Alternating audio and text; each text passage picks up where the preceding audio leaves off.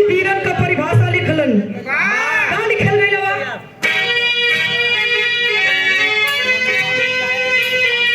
कहाँ कलमून सबोता की जानदार करती,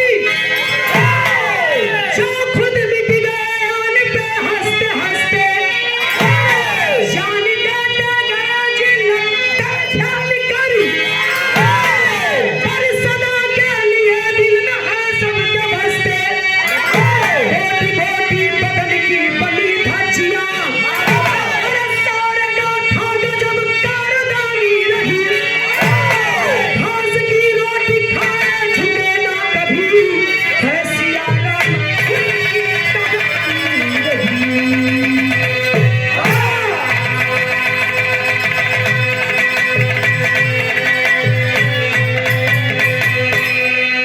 घास की रोटी खाए झुके ना कभी, है सियाराम उनकी कहानी रही। बात इतिहास से है। एक लाइन ऐसा गीत लगल मास्टर, कवन गीत है? आवा। हाय, हाय, हाय, हाय। अरे ये गोटेदार लहंगा, अरे ये गोटेदार लहंगा, निकलू चुप।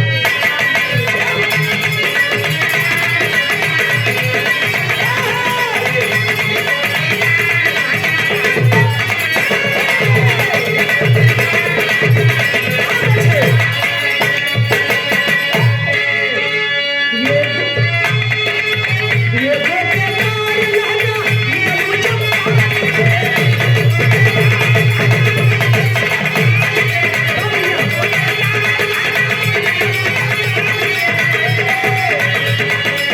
ये गोटेदार लहंगा, निकलू चुप कहानी है, चिड़िया चल जाए मेरी, चिड़िया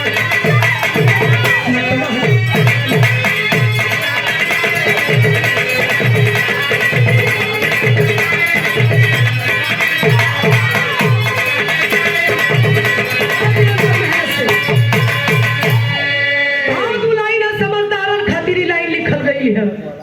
मूर्खन खातिर ना समझदारन बदे कवि जी 2 लाइन भाव लिखले हुआ।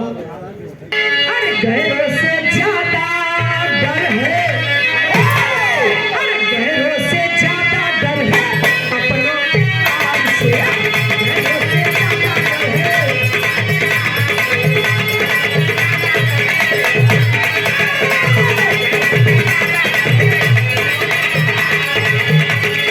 गैरों से ज्यादा डर है अपनों के आग से।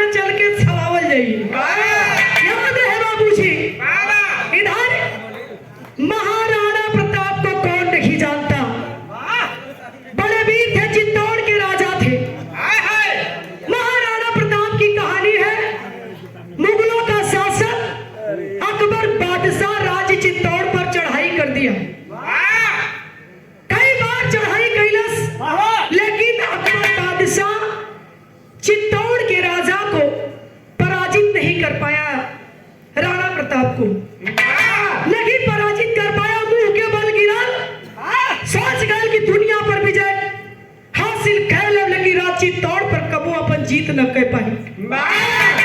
लेकिन ये बात का कसक हो गई के राणा प्रताप का सगा भाई शक्ति सिंह, राणा प्रताप का चचेरा भाई शक्ति सिंह कसक हो गई कि भैया हमार वीर बहादुर वो देखा हो कमीना के। अरे नालायक, तुझे तो खुश होना चाहिए कि तेरा भाई वीर बहादुर है, लेकिन द्वेष, जहां द्वेष का पौधा पनप जाला वहां प्रेम जिंदगी में ना होला। द्वेष की भावना आ गई शक्ति सिंह के मन में कि भैया बहुत बहादुर हुए ना हराई।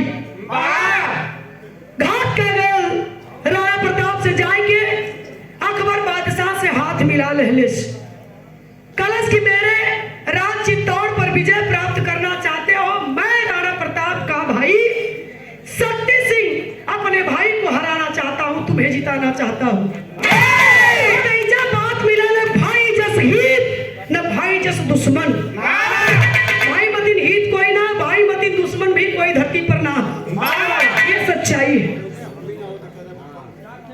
और चचा हमारे पंच गौर करेंगे, जाकर के अकबर बादशाह से हाथ मिला लिया शक्ति सिंह, कहा कि मैं रांची तौर का राजा तुझे बनाना चाहता हूं। अकबर सिंह कलश की, अरे तू राणा प्रताप का भाई अपने भाई को हराना चाहता है? कलश की, हाथ जौना रोगिया भाव वह वही बताओ वही जो चाहता था अकबर बादशाह। अब फिर हम एक लाइन कर लगा, जब हम बोले लगी तो कड़कड़ कड़कड़ मत कैली, जब हम बोले लगी तब हमें कड़कड़ मत कैली, बोल रही तब कड़कड़ा के बढ़वा ले, साफ बात। हालो ये कब हो गया?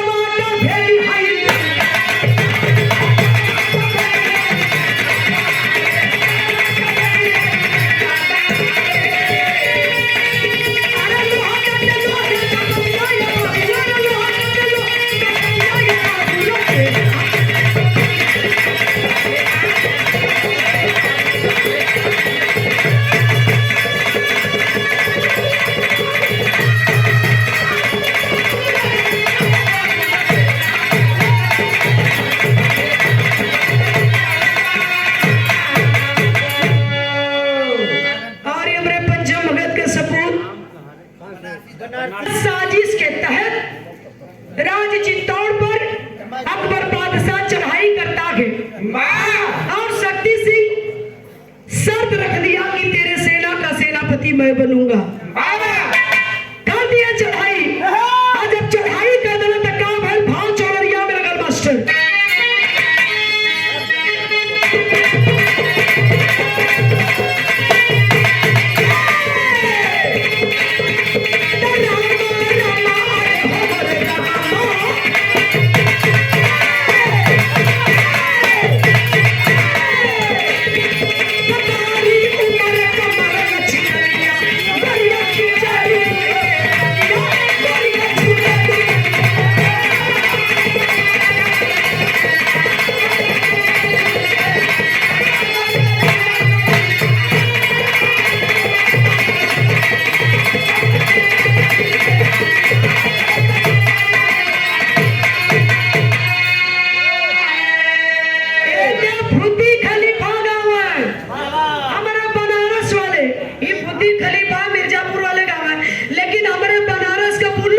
गावे गावेला तब पापा हमें बुलावा के पापा जवाए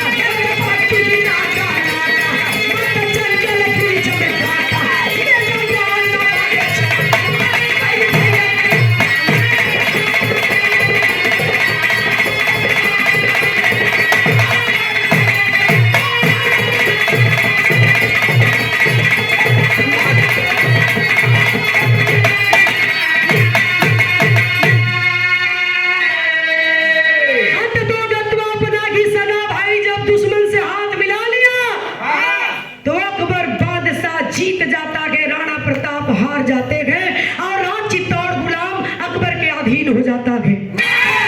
कैसो कैसो पिछले दरवाजे से राणा प्रताप अपनी पत्नी को लेकर के, रानी को लेकर के, अपनी बेटी चंपा को लेकर के, अपने छोटे से नादान बच्चे को लेकर के, परिवार सहित किसी तरह अपना जान बचा करके वहां से निकले। बाबू आधी सेना मारी गई, आधी सेना बंदी बना ली गई और राज चित्तौड़ के राज सिंहासन पर मुगलों का शासक अकबर बादशाह विराजमान हो गया। समय बीता लगल, राज चित्तौड़ के राजमहल में अकबर का जब पताका फहरे लगल, यहाँ राजा राणा प्रताप दर बदर का ठोकर खाए पर मजबूर हो गया, जंगल जंगल भटकत हुआ। 1 साल का दिन बीत गया है। धीरे धीरे 1 साल का जब दिन बीतल, चित्तौड़ के राजमहल में बैठल अकबर बादशाह सोचा था कि आज ही के दिन हमने चित्तौड़ पर अपना कब्जा जमाया था, तो क्यों ना इसकी वर्षगांठ मनाई जाए। वर्षगांठ मनावल जाए सोचा था अकबर बादशाह। बिरहा में टेरी लखन कवि जी का लिखल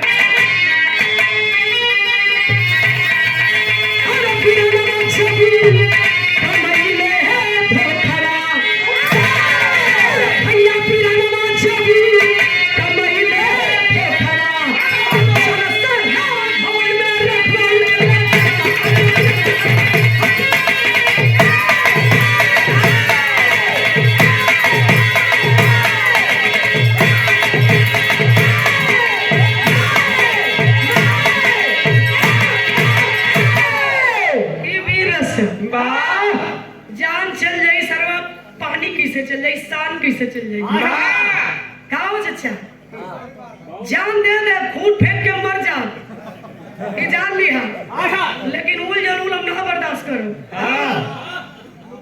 बिरनवा गजब कमाइला धोखड़ा, चल साराज भवन में बौला रा जन्मा हो। बिरनवा जब कमाइला धोखड़ा रखे आना चित्तौड़ के राजमहल में भव्य जलसे का आयोजन हो गया।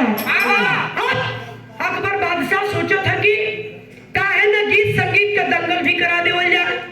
वो जमाने का गवैया नीतू राज नंदनी ना रहली, वो जमाने का गवैया रहा तानसेन। तानसेन के बोलौला अकबर बादशाह मंच लगल भरे दरबार में। तानसेन अपन तार पूरा लेके अइला, तार छेड़ दहला। जब तार छेड़ दहला तो गावा शुरू कइला तानसेन भरे दरबार में। मंच लगल हक्का गावत हो तानसेन तनिया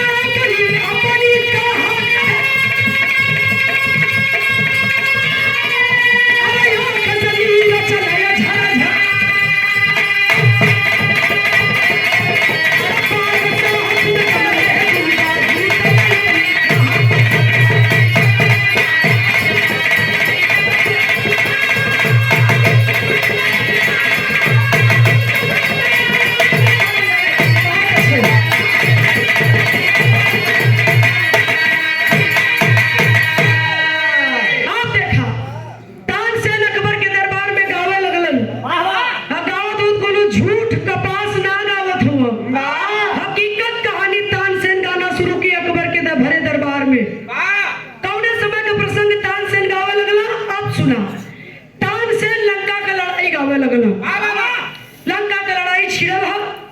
और आज अपने भाई कुंभकर्ण को रावण ने जगाया कि जाओ कुंभकर्ण, रण क्षेत्र के मैदान में जाओ और जा करके तुम्हें राम से युद्ध करना है। या तो राम को मार देना या तो मत जाना, मुंह दिखाने मत आना वापस लौट करके। यह गावत हुआ तानसेन अकबर के दरबार में चित्तौड़ के राजमहल में। और ये बात विभीषण के जब पता चलल कि आज लंका की तरफ से लड़े आयल हुआ कुंभकर्ण भैया, कुंभकर्ण गयल हुआ लंका की लड़ाई में जात हुआ कुंभकर्ण और स्वामी विभीषण जात हुआ। और जाकर के कुंभकर्ण के सामने विभीषण हाथ जोड़ के कहलन कि भैया आयल हुआ लड़े बदे मर्यादा पुरुषोत्तम भगवान राम से, दुनिया का मालिक हुआ और का गलत कैले हुआ भैया का सारी गलती है, हमारी भगवान का गलती ना है। ये बात समझावत हुआ के विभीषण कुंभकर्ण के तनी ध्यान दी।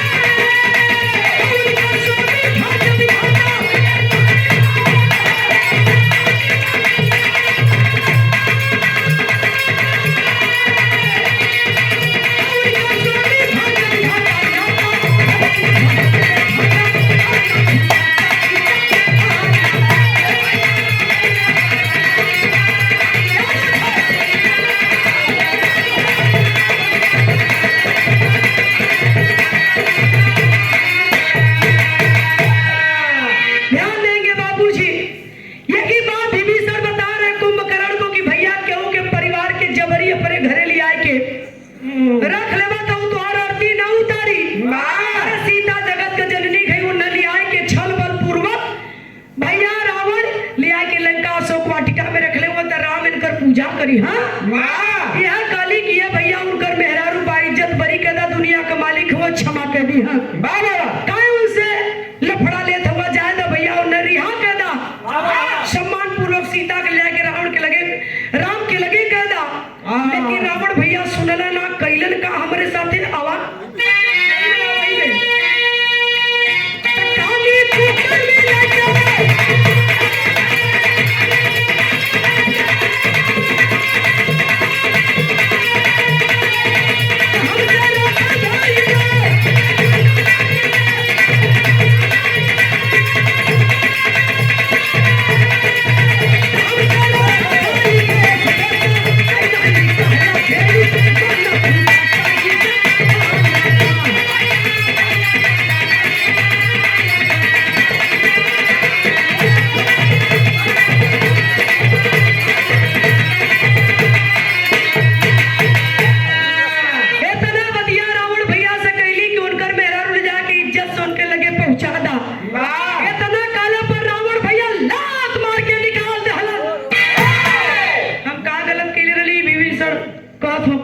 से कि भैया हम कहा गलती कैले रहली है लात मार के हमके निकाल देना।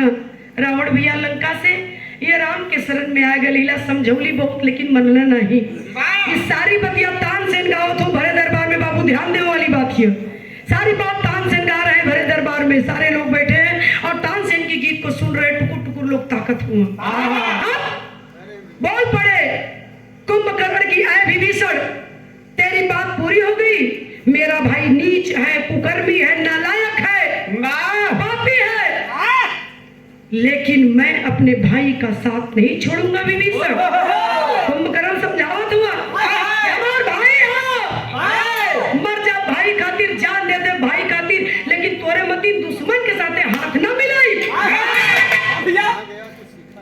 और गया राम के दल में तो राम के पास गया तो कुछ सीखा नहीं। 14 बरस का जंगल राम को हुआ तेरे पगला लक्ष्मण को नहीं हुआ था। लेकिन भाई हो तो लक्ष्मण जैसा राजमान को ठोकर मार दिया अपने भाई के लिए और जाकर के राम के पास कुछ सीखा नहीं रे विभीषण। सुन मेरी बात ऐ विभीषण कान खोलकर मेरी बात सुन ले। अब समझावत हो कुंभकर्ण विभीषण की 101 रुपया पुरस्कार बड़ी ऊंची बात कुंभकर्ण कि हमारे भाई से कि हमारे भाई से और तीनों लोग में हमारे भाई से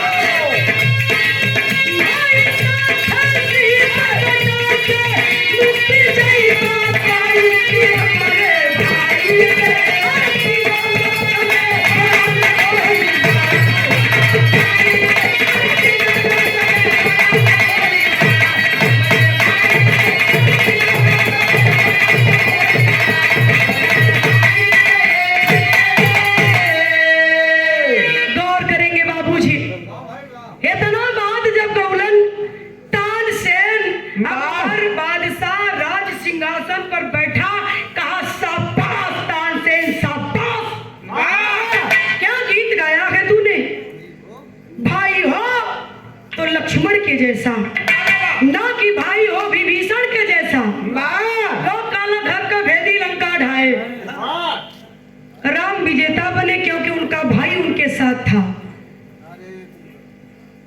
और इधर कुंभकर्ण बतावत हुआ, कलन की सुना, तोरे जैसन भाई गद्दारी कह सकल अपने भाई के साथे, लेकिन मैं वो भाई नहीं हूं। जब उसके अच्छे दिन में साथ था तो आज मेरे भाई का बुरा दिन आया है तो भी साथ रहूंगा। या तो राम को मार दूंगा या तो मर जाऊंगा, लेकिन राम के दल में नहीं जाऊंगा। रे गद्दार, गद्दार है विभीषण, छोड़ दे भाई की बात। चल मान गया कि रावण भैया गलती कैलन, तू भैया का साथ छोड़ दे ले, मत दे भाई का साथ। लेकिन आजा अरे विभीषण, अपनी मातृभूमि, अपनी जननी, अपना देश आज खतरे में है। क्या कहना तो नहीं आवा था?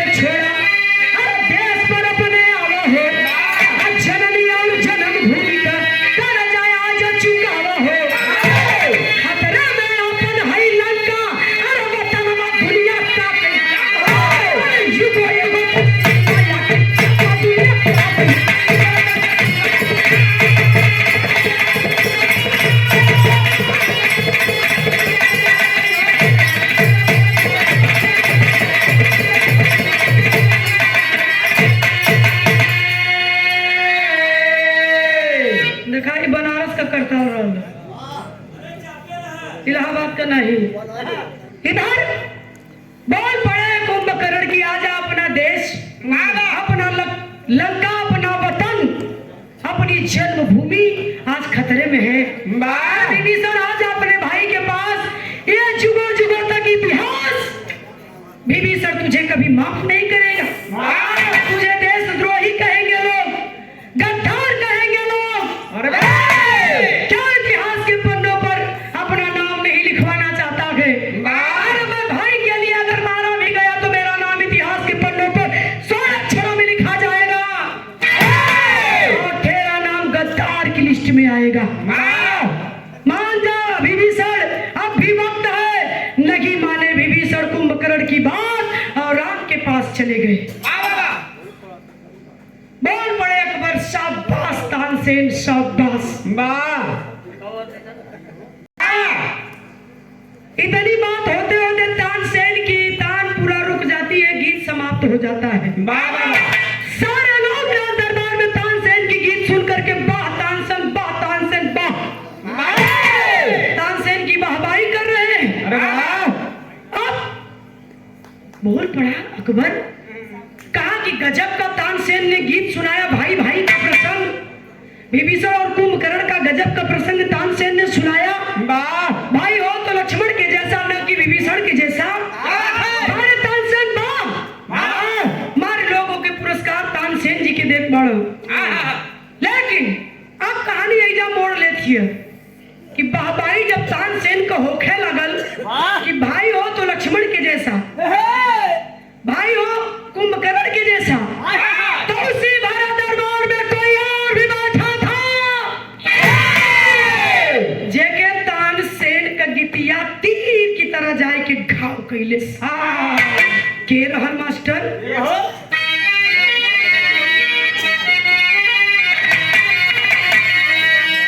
अरे बेधला गली सती सिंह के, अरे बेधला गली सती सिंह के, तानसेन का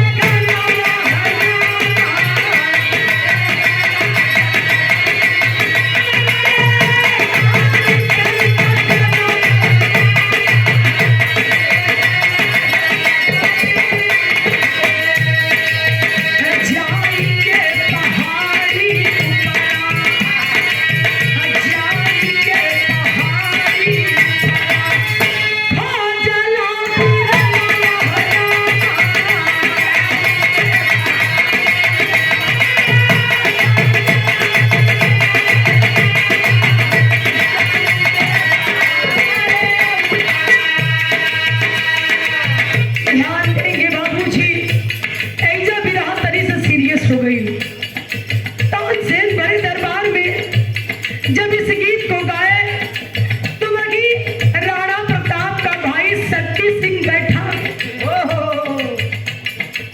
जवान चांदी मलाई काटत था वो दरबार में अकबर बादशाह के साथे मिलके भाई के हराए के जंगल का ठोकर खाए पे मजबूर कैले। रोने लगा कि एक वो भाई था और एक भाई मैं हूं कि अपने भाई को एक दुश्मन से हाथ मिला करके देश को गुलाम बनवा दिया। मैं भी एक भाई हूँ। रोने लगल शक्ति सिंह अब भरे दरबार से धीरे से उठ के निकल के चलल भरे और गयल कहा अरावली के पहाड़ी पर। और जब अरावली के पहाड़ी पर गया शक्ति सिंह राणा प्रताप का भाई तो देखा कहा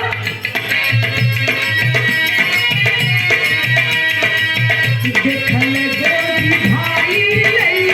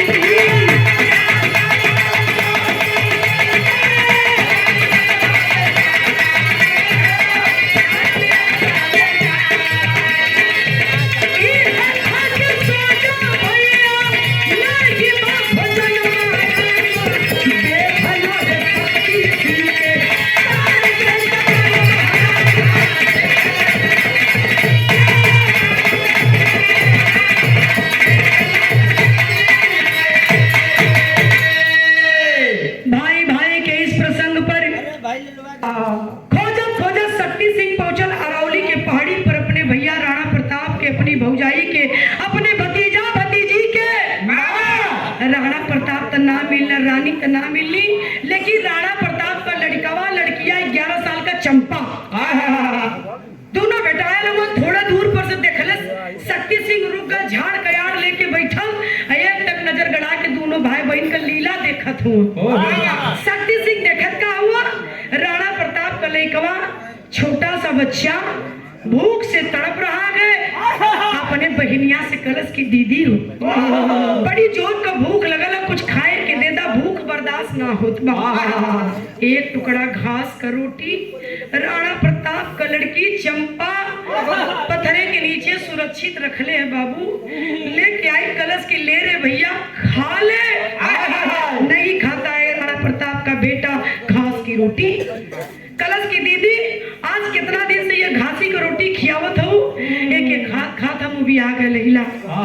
महल में जब रात रही तो पूरी मिठाई हलवा मिश्री मलाई खियावत रहलू। का मजबूरी हो, का रीजन हो कि घास की रोटी हम लोग खा के दर बदर का ठोकर खाते ला। कलश की है भैया खा ले, बड़ी करुण कहानी है, मत पूछ भैया, रुक जाओ रे भैया, मत पूछ के काहे घास की रोटी खाते हैं, बड़ी करुण कहानी है।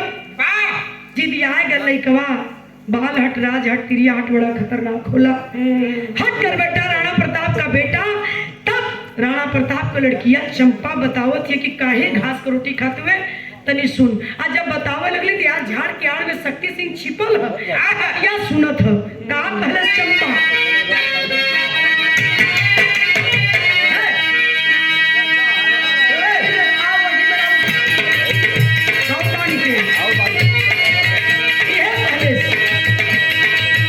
जहाँ चामुंडैया भइले देश भर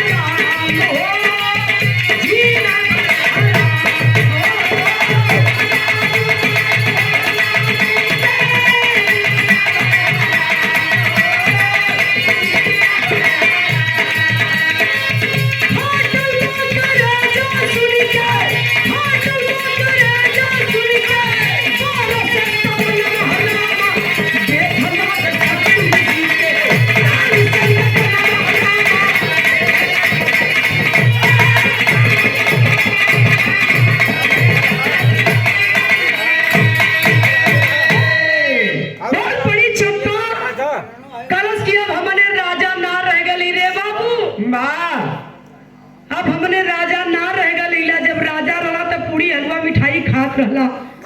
चाचा दुश्मन से हाथ मिला लहलन, देश गुलाम हो गल रे बाबू। पूरी मिठाई के आशा मत करा, जिंदगी जियत रहबा। पूरी मिठाई कबो मिली खाए के, लेकिन आई घास के रोटी खा ले रे भैया। तू तई हो खात हुआ, हमके ही घसिया के रोटियां खैले 4 दिन का दिन बीत गए। 4 दिन की भूखी प्यासी राणा प्रताप की बेटी चंपा कलश की भैया की काहे दीदी तू 4 दिन से ना खात हो।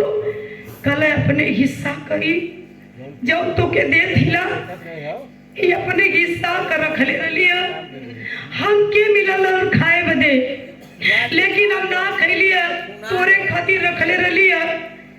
ई होली बहिन बिटिया घरे का भाई बाप हमार खा ले, हम ना खा उपवास कर ले, लेकिन हमार बाबू खा ले, हमार चचा खा ले, हमार भैया खा ले। ये होली हिंदुस्तान का बहिन बिटिया 11 साल की लड़की चंपा राणा प्रताप की भाग के रोवा लगल। कलश की भैया खा ले अपने हिस्सा की रोटियां 4 दिन से तो के खियावती, हम उपवास हिला।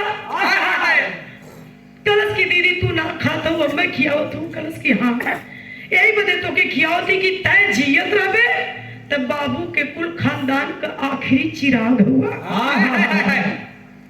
हम मर जा, बाबू का कुछ ना बिगड़ी, लेकिन अगर तू के कुछ हो जाए रे भैया, हमारे बाबू का नाम ले वाला कोई ना बची कुल खानदान में। यह बात राणा प्रताप का लड़की अपने वो भाई के समझावत बा, और जैसे कि समझा के सांस लंबी लेहलेस, और जब सांस लंबी लेहलेस अब गिरत तो फिर उठल ना। 4 दिन की भूखी प्यासी राणा प्रताप की बेटी चंपा वही दम तोड़ देती है। और झाड़ की आड़ में शक्ति सिंह बैठल सारा नजारा देखत बा। आंख से झरझर आंख चलत, शक्ति सिंह के रोले बन के पता ही झरता है बाबू, लेकिन ओकर हिम्मत ना पड़त है कि जाई कि ना जाई, कवर बोले के जाई, कहाँ बोले के हम जाई। ए बाबू मर गई राणा प्रताप का लड़की चंपा 11 साल का, वही जगह दम तोड़ दिलस। इधर सोच रहा है शक्ति सिंह क्या करूं, लेकिन भैया का मास्टर तनी आधा लगा।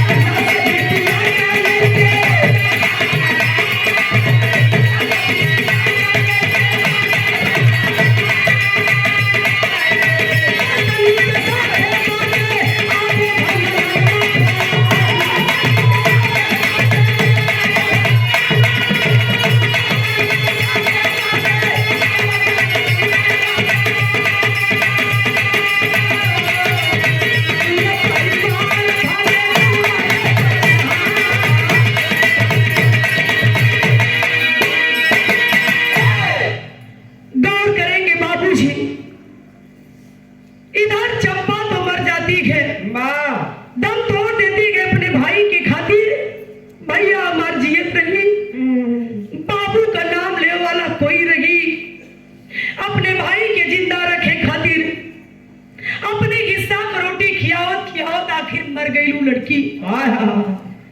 शक्ति सिंह आखिरकार उसी झाड़ में बैठा के सोच रहा है क्या करूं क्या करूं। तब तक राणा प्रताप उनका रानी आएगी। आईला राजा राणा प्रताप देख करके बिटिया का लाश छाती पीट पीट के दोनों प्राणी रोए लगलन। इधर लगी रोक पाया अपने आप को गद्दार भाई शक्ति सिंह आवाज लगा दिया कि भैया।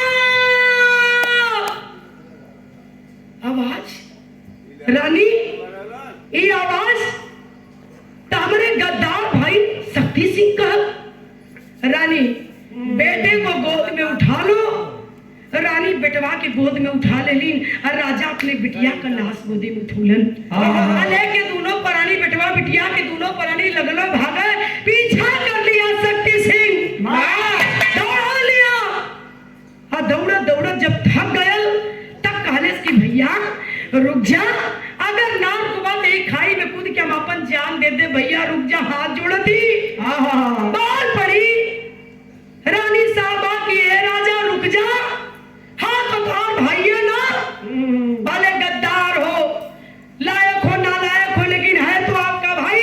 अब क्यों हम भाग रहे हैं क्या बचा के देश गुलाम हो गया बिटिया मर गई दर बदर का ठोकर खाते हुआ जंगल झाड़ी में। अब कहाँ बचा रहा बाबा पतिया सुनना आखिर कहल का चाहत बोल पड़े। राणा प्रताप की पकड़ ले बंदी बना ली ले जाके अकबर के हवाले कर दे। अकबर के हाथ में मरने से अच्छा रानी की जंगल में मर जाए। रानी कली की है राजा तू रुका चाहे मत रुका लेकिन अब हम ना भागब। हम भागत भागत थक चुकली अब ना भागब। आखिरकार दोनों पुरानी बेटवा बिटिया के लेके रुक गई ना वहीं जा। आ गया शक्ति सिंह राणा प्रताप के सामने खड़ा हो गया। राणा प्रताप कलन की भाई है तू काट ले गला निखार ले करेजा कर ले शरीर का बोटी बोटी ले खंजर। लेकिन हाथ जोड़ता हूँ रे भाई शक्ति सिंह मुझे बंदी बनाकर दुश्मन के हवाले मत ले जाना। एक भाई मारेगा मर जाऊंगा तकलीफ नहीं होगी लेकिन दुश्मन मारेगा वीर राणा प्रताप को तो बहुत तकलीफ होगी। ले खंजर निकाल ले कलेजा मार दे मुझे लेकिन उसके सामने बंदी बना करके मत ले जाना अकबर के। उठा लिया गद्दार भाई शक्ति सिंह उस खंजर को। जब उठा लेलस तब कैलस का मास्टर खड़ी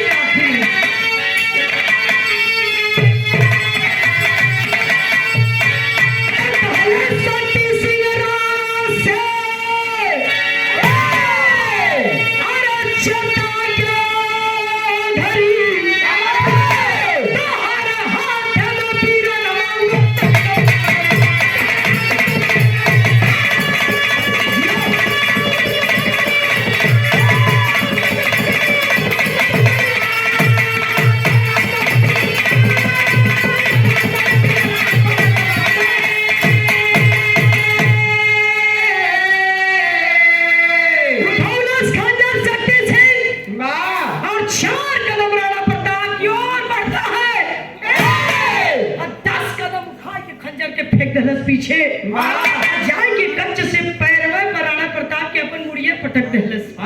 एक बात कहलस का कहलस माफ कर दो भैया हमसे अरे भैल भोल भाई राष्ट्र हमेशा रहे आपका आभारी। बाकी भाई हम भागा लगलिया का भाई के शरीर बाहर हाथ में पीरा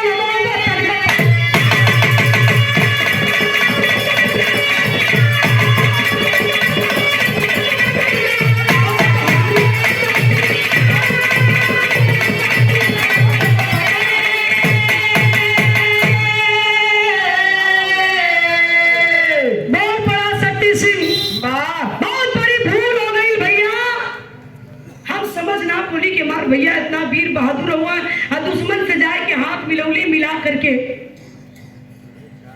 हम बहुत बड़ी गलती कर गई जब दुश्मन से हाथ मिला के अपन रांची तोड़ गुलाम बनवा देली। हमारे जैसन गद्दार भाई भगवान साथ अगर दुश्मन में हो के न दे भैया क्षमा मरण को चाहिए छोटन को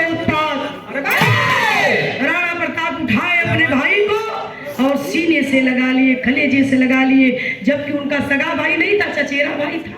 यहाँ जितने लोग बैठे हैं भाई वाले होंगे ना, सर 1 लाख का जन्मल हुई तो चचेरा भाई हुई, लेकिन जरूर भाई वाला होगा। हाँ, शक्ति सिंह को अपनी गलती का एहसास हुआ, पश्चाताप की अग्नि में जल रहा है शक्ति सिंह। उठा लिए अपने भाई को, कलेजे से लगा लिए, राणा प्रताप क्षमा कर दिए, और दोनों भाई हाथ मिलौलन, हाथ मिला के दोनों भाई कैलन का मास्टर। तो दोनों भाई मिल के फिर से अरे रणवा में गइले, अकबर से आजीवन ना छुड़ाले। भाई भाई मिल के रामा तक दुश्मनी करी, तुम्हारे हाथ में भी रणवा उतर के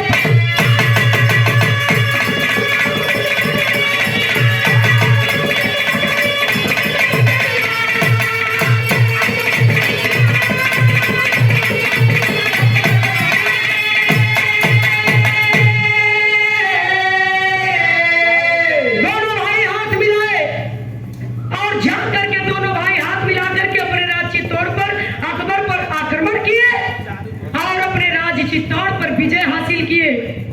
हार गए अकबर बादशाह वही दोनों भाइयों के साथ। उन्हीं दोनों भाइयों के हाथों आखिरकार अकबर बादशाह पराजित होता है। आ गई बारी राज चित्तौड़ के राज सिंहासन पर बैठने की। बहुत बड़े राणा प्रताप है शक्ति सिंह, इसी सिंहासन के लिए इतना कुछ हुआ। मेरी इच्छा है मैं बहुत दिन तक राजा बना रहा। चल अब तू इस राजगद्दी पर बैठ और राज चला, मैं बगल से तेरा पूरा सहयोग करूंगा। भैया भाई कितना बेइज्जत करबा, कितना लज्जित करबा भैया, हम अपने गलती पर बहुत पछताते हैं। आजीवन ऐसी गलती है शक्ति सिंह कभी नहीं करेगा। आंखें खुल गई शक्ति सिंह की, कैसे? सिर्फ और सिर्फ तानसेन की गीत को सुनकर। मेरे दरबार में तानसेन ने भाई भाई का प्रसंग अगर नहीं गाया होता तो कभी शक्ति सिंह की आंखें न खुलती। वो भ्रम में था और अपने भाई को छोड़ करके दुश्मन के साथ जाकर के चानी मलाई काट रहा है। लोग कला दूसरे के घरे का मेवा मिश्री मलाई छोड़ा, अपने घरे का सागर रोटी नून रोटी बहुत बढ़िया। गुरु बिहारी गुरु राम